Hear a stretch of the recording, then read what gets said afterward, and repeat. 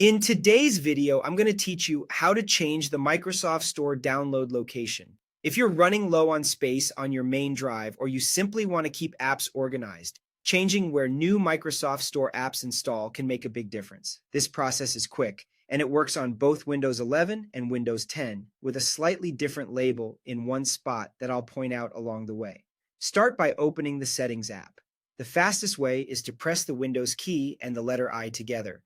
If keyboard shortcuts aren't your thing, you can also open the Start menu and click the gear icon or search for Settings. Once Settings is open, you're in the right place to change system-wide storage defaults. Next, click on System and then choose Storage in the left or main pane.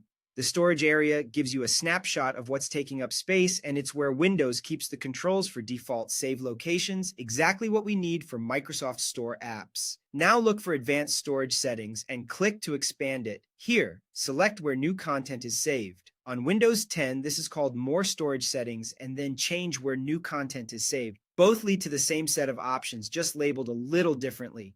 This screen lets you choose the default drives for apps, documents, music, and more. Find the section labeled New Apps will save to. That drop-down controls where new Microsoft Store apps and many Xbox apps will install by default. It won't move apps you already have. It only applies to installs going forward. Open the drop-down and select your preferred drive, like D or E. Before you apply, make sure that drive has enough free space and that it's reliable. If you plan to use an external drive, keep it connected whenever you install or update apps, and ensure it's formatted in NTFS so the permissions can be set correctly. When you're ready, click Apply.